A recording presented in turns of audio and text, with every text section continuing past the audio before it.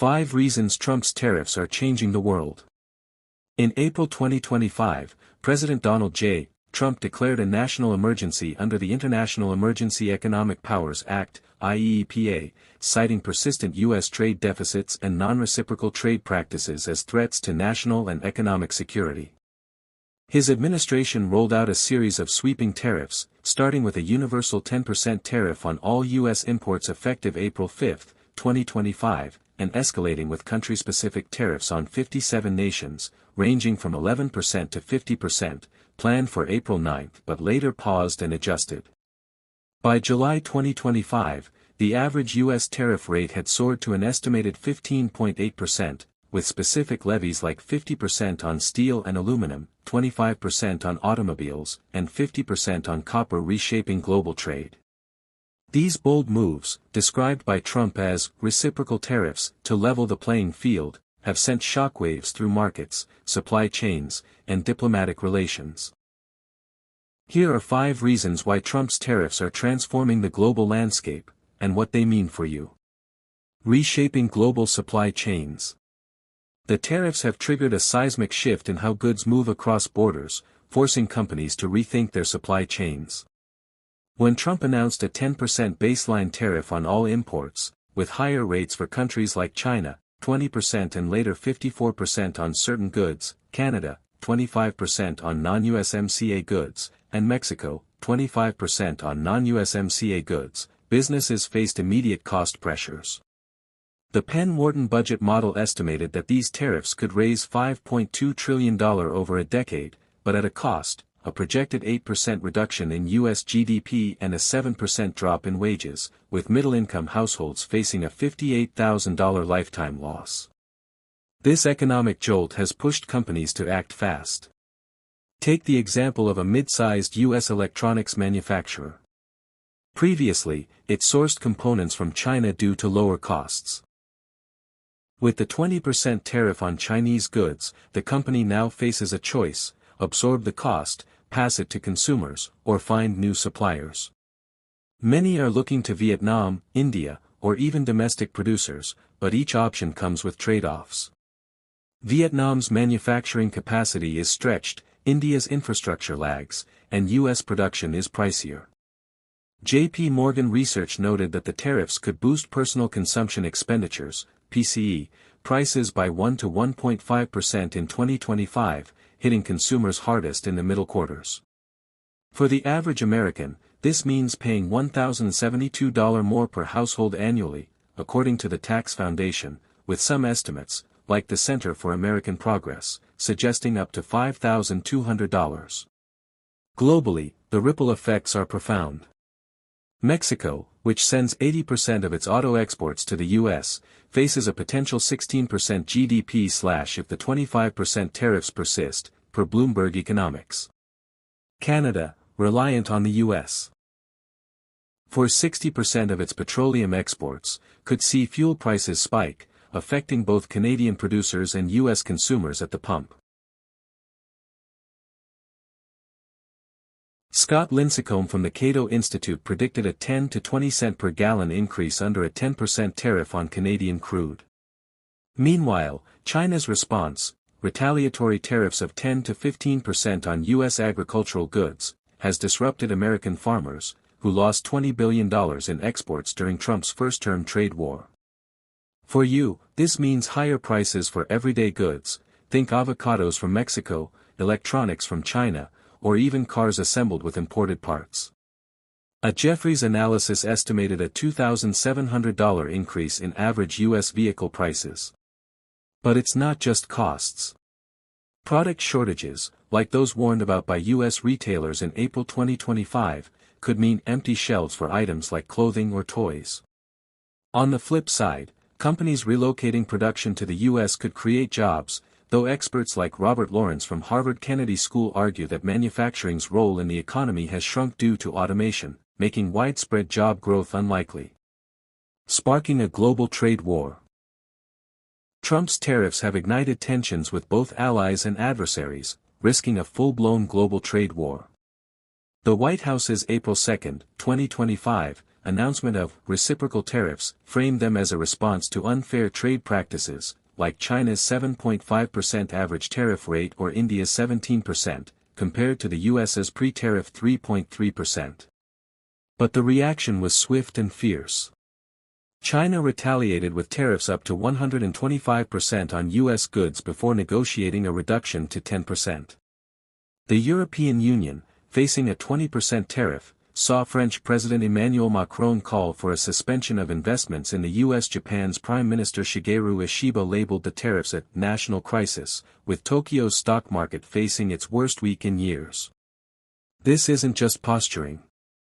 The International Monetary Fund, IMF, downgraded its 2025 global growth forecast, warning of a U.S. recession risk, while the Organization for Economic Cooperation and Development, OECD, cited significant trade barriers as a drag on worldwide growth.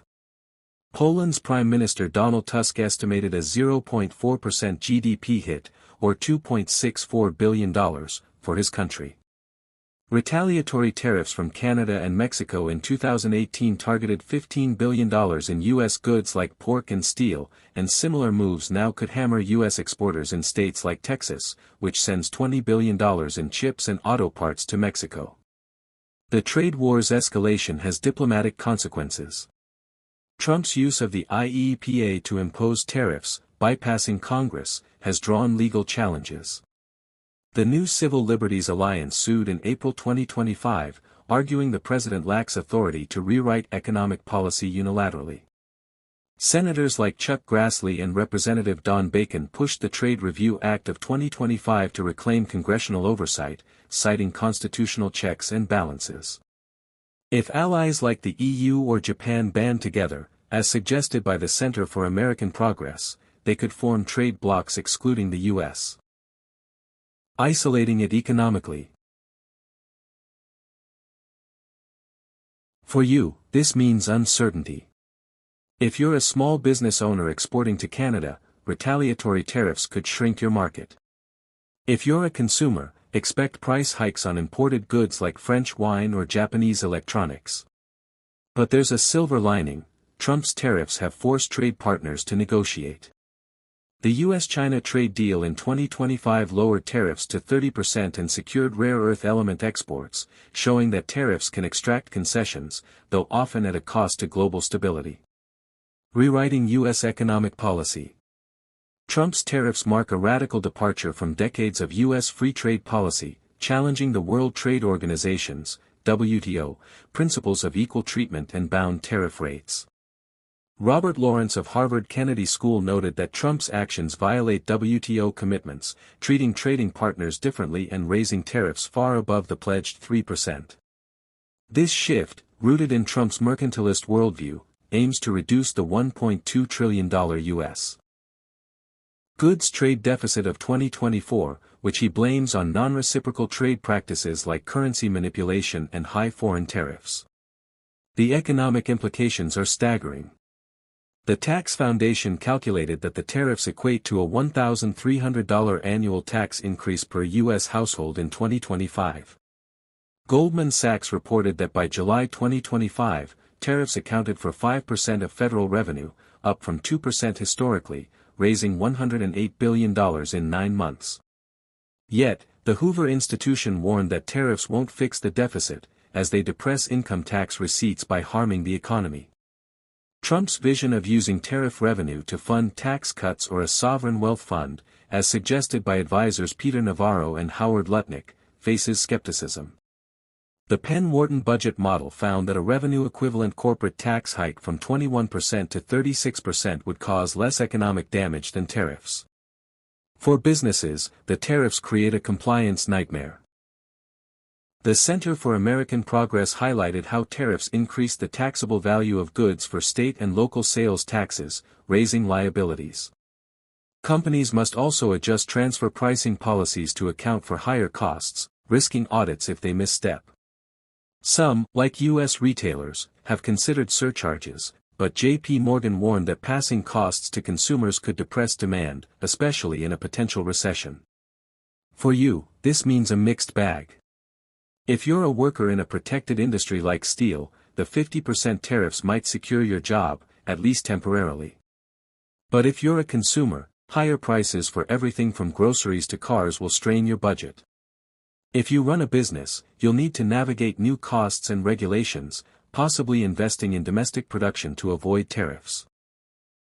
Trump's gamble is that short-term pain will yield long-term gains, but economists like Jason Furman argue the economy was strong before these disruptions, with 4% unemployment and rising wages in 2024.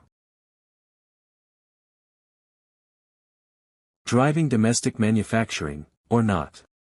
A core goal of Trump's tariffs is to revive U.S. manufacturing by making imports costlier and encouraging reshoring. The White House fact sheet on April 3, 2025, emphasized protecting American workers from the hollowing out of the manufacturing base due to trade deficits. Tariffs on steel, 50%, aluminum, 50%, and autos, 25%, aim to boost domestic production. Some industries, like small breweries, may benefit, as the Brewers Association noted that most members source cans domestically, shielding them from import levies. Yet, the reality is complex. The Center for American Progress found that Trump's first-term tariffs didn't significantly boost heartland economies, per a 2024 MIT and Harvard study. Automation and global supply chains have reduced manufacturing's role in the U.S. economy, employing fewer workers than in the mid-20th century. The Penn-Wharton budget model projects that tariffs will reduce long-run GDP by 6% and wages by 5%, suggesting that reshoring may not deliver promised jobs. Domestic producers also rely on imported inputs, like steel for carmakers, which now face higher costs. The CLA report noted that onshoring requires massive investments in infrastructure and training, which states may offset with tax credits, but the transition is slow and costly.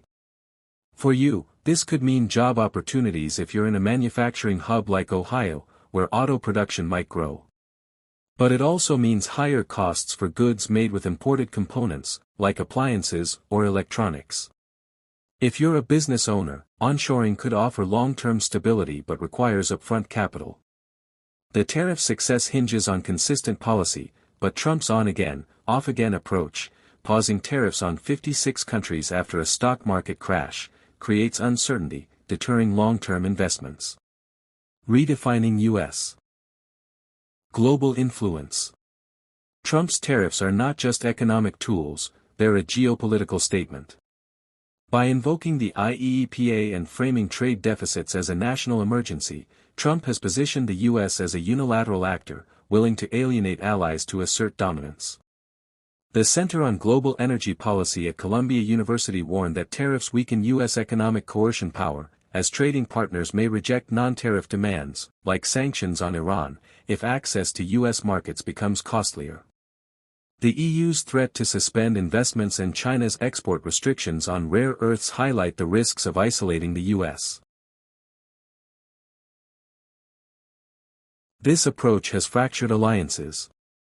Canada and Mexico, key partners under the USMCA, face 25% tariffs on non-compliant goods, straining North American integration.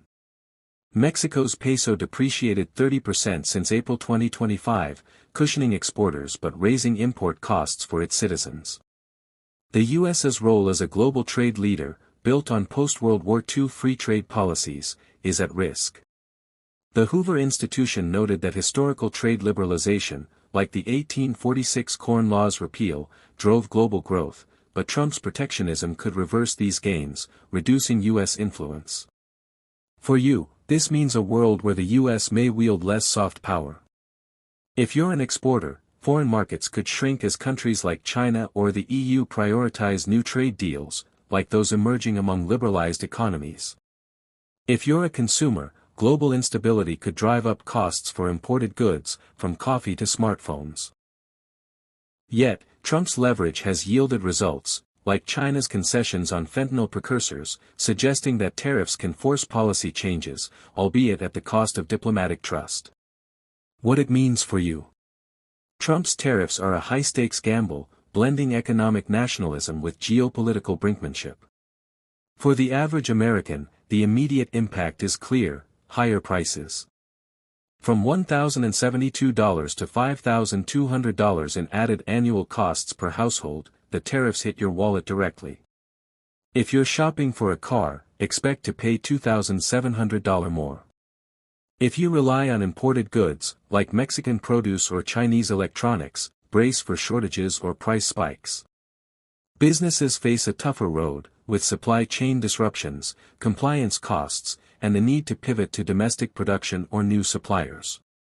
But there's a broader picture. If you're a worker in a protected industry, tariffs might safeguard your job, though automation limits manufacturing's job creation potential. If you're an investor, market volatility, evidenced by the S&P 500's 5% drop in April 2025, could affect your portfolio. Globally, the tariffs strain alliances and risk isolating the U.S., potentially raising costs for imported goods you rely on. Yet, they've also forced negotiations, with China and others making concessions to ease trade tensions. The tariffs' long-term success depends on execution. Trump's advisors, like Robert Lighthizer, see them as tools to reshore manufacturing, but economists like Oren Cass and Jason Furman debate their efficacy, citing short-term pain and uncertain gains. The policy's erratic rollout, pausing tariffs after market crashes, undermines business confidence, as firms need predictability to invest. For now, Trump's tariffs are reshaping trade, prices, and global relations, leaving you to navigate a world of higher costs, shifting opportunities, and an uncertain economic future.